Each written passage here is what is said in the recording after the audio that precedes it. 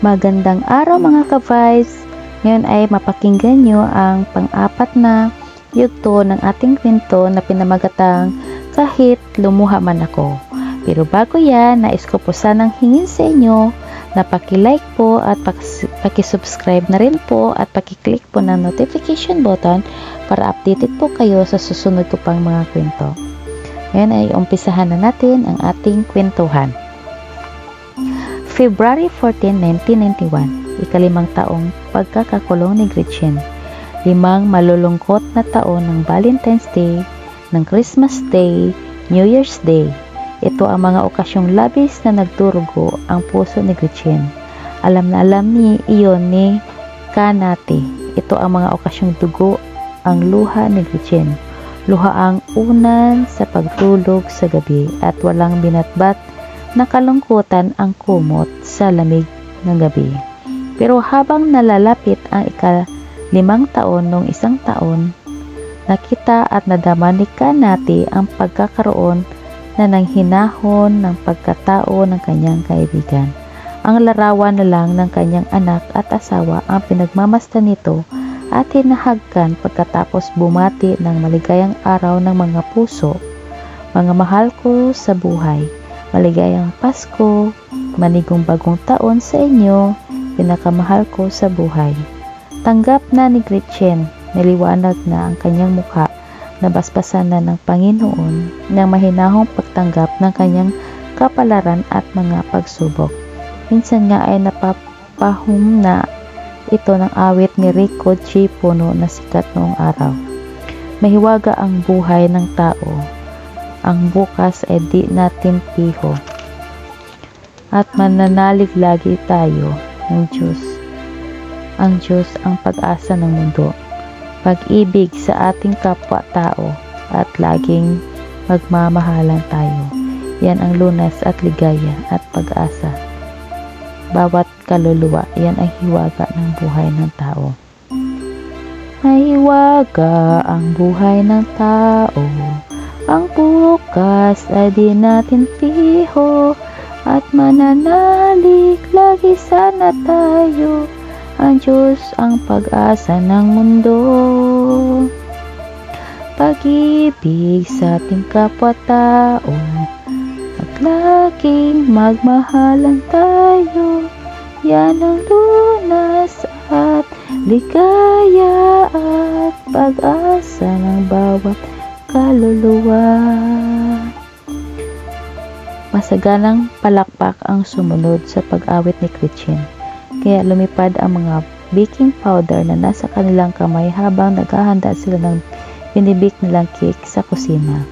Umakbay si Kanati kay Gretchen ng buong pagmamahal at katuwaan. Umawit na ang puso mo, my friend. Graduate ka na sa depression at lahat ng damdaming nakakalason. Ngitil lang ang tugon ni Gretchen habang tinutuloy ang pag-shift ng arena sa kanilang pagsasanay sa itinuturong pagbibig ng cake. Nang biglang pumasok ang warden. Good news, Gretchen, pinatatawag ka ni superintendent.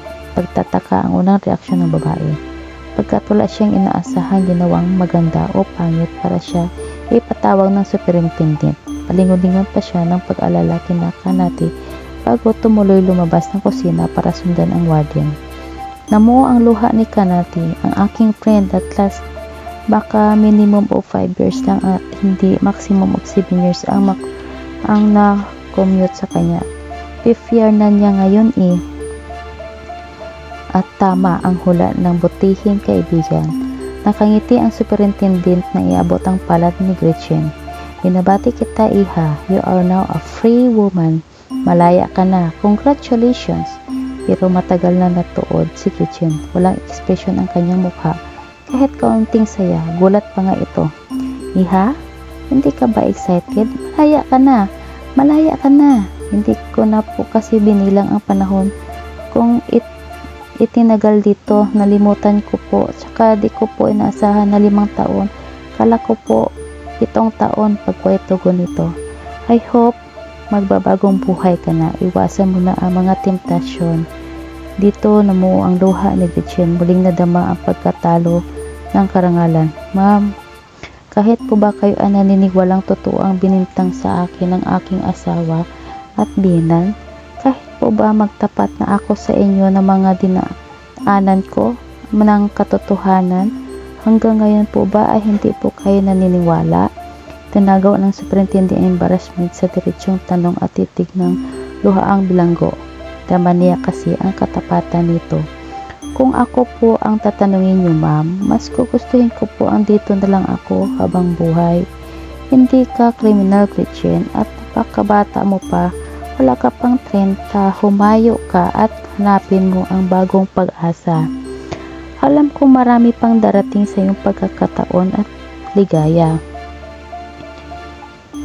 Umid muli ang dila ni Gretchen. Tumango lang siya at nagpaalam pagkapahid ng luha. Maraming salamat po, ma'am. Maraming salamat po. Hindi agad nakabalik sa kusina si Gretchen. Nagtungo siya sa kapilya at wala sa sarili na tumitig lang sa altar. Hindi alam ang gagawin pagkat wala na siyang plinano na para sa sarili. Pirihito si Kanati, umaatungal sa kaiiyak sa labis na kasiyahan. Happy ako para sa iyo, iha. Happy ako para sa iyo, sabay yakap sa kaibigan.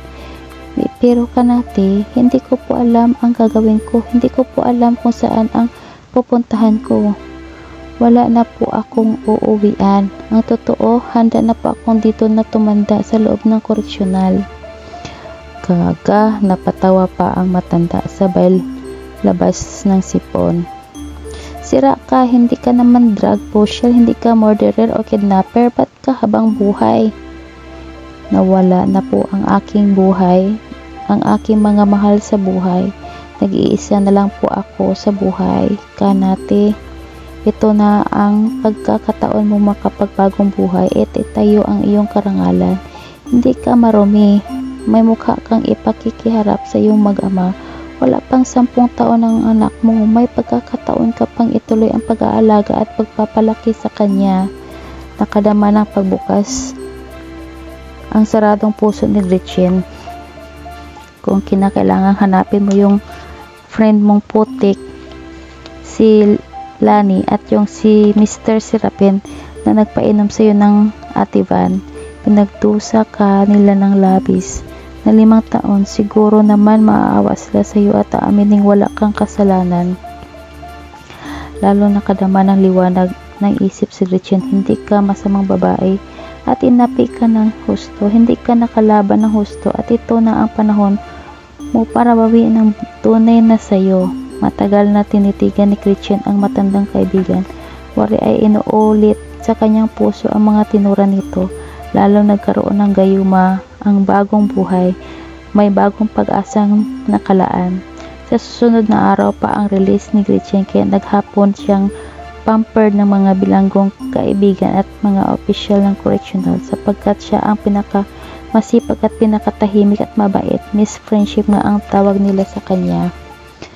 Kinabukasan ay inabutan panikan natin ng pira si Gretchen. Wag na po ka natin, nagulat nga po ako, nalimutan kung meron palang ilang libo sa aking handbag. Yung handbag na dala ko ng araw ng Valentine 1990. Naroon na ang kinita ko sa Donna Bell, ang tip ni Mr. Serapin. Kala ko nga wala akong maisusuot. Narito pala sa storage ang cocktail dress na suot ko noon at ang jeans at t-shirt na binato pa sa aking mukha ng aking binan ng nasa presinto ako. May himig biro na sa tindig nito. Pabaon ko sa iyo, iha, abot ng superintendent na isang brown money envelope. Tanggapin mo, pandagdag mo sa gastos sa iyong pagsisimula. Marami ang napaluha sa pag-alis ni Gretchen sapagkat napamahal na ito sa kanila. Sa kanilang karamihan ay habang buhay na mananatili sa correctional. Saan ka pupunta ngayon, Gretchen? Higpi ni Kanati. Babalikan ko ang aking mag-ama, Kanati, pero hahanapin ko muna ang mga taong may susi sa katotohanan, sina Lani at Mr. Serapin.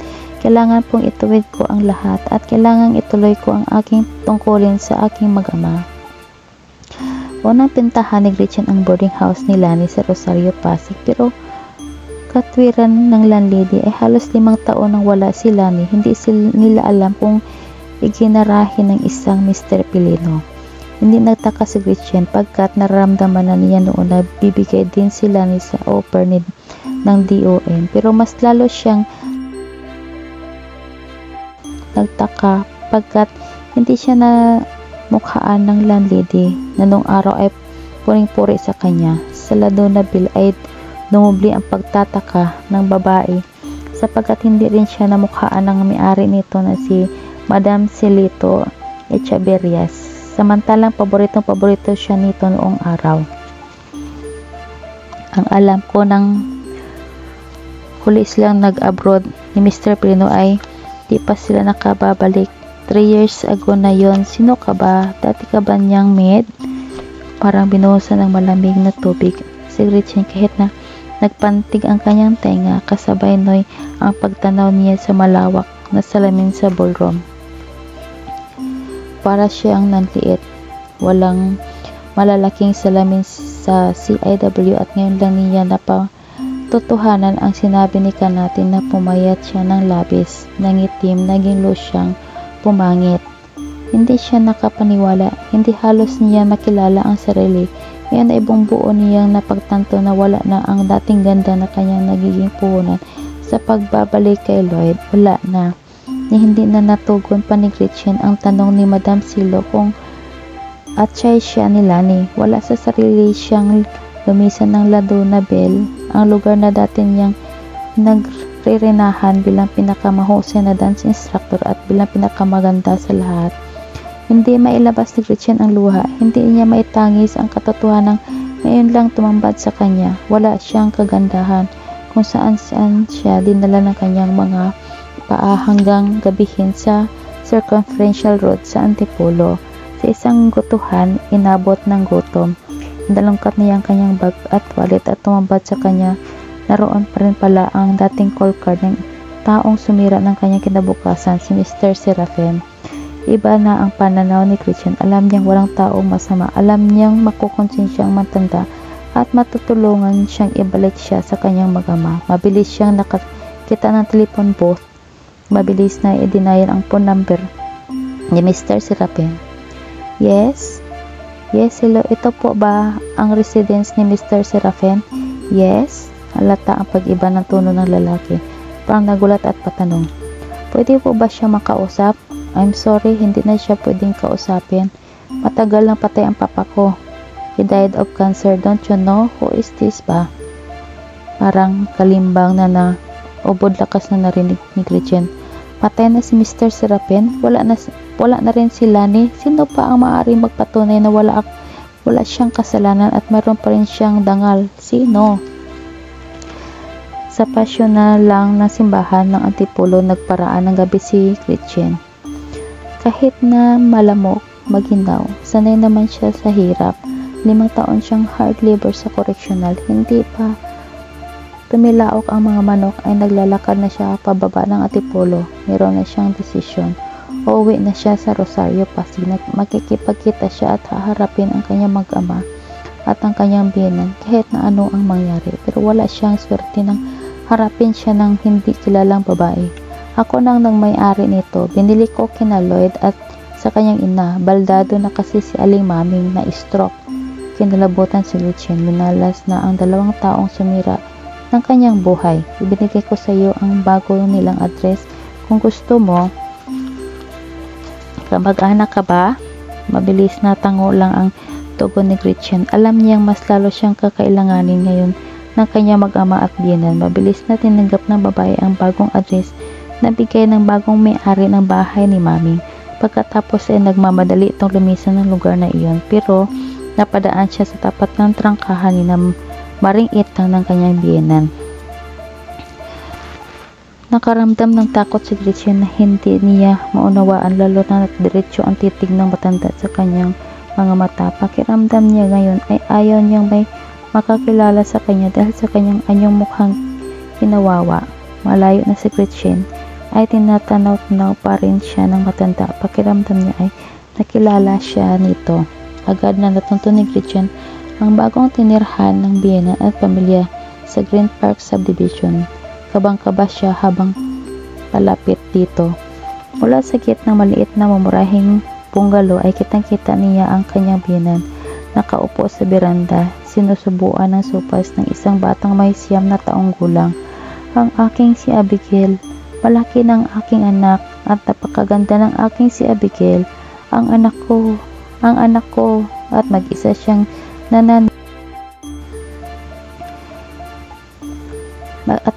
mag-isa siyang nananangis sa mahigit habang pinagmamasdan ang pagsisilbi ng anak sa lola nito na halatang baldado dahil sa stroke. Matagal na itinangis ni Gretchen ang pananabik sa anak, pero may matinding lakas upang pigilin siya para kausapin ito at magpakilala rito. May naramdaman siyang kamay na umakbay sa kanyang balikat. Kinakabahan siya. Gusto mo bang magbalik sa kanila, Gretchen? At dito nagtatapos ang ating pang-4 na kabanata sa kwentong ito. Maraming salamat po.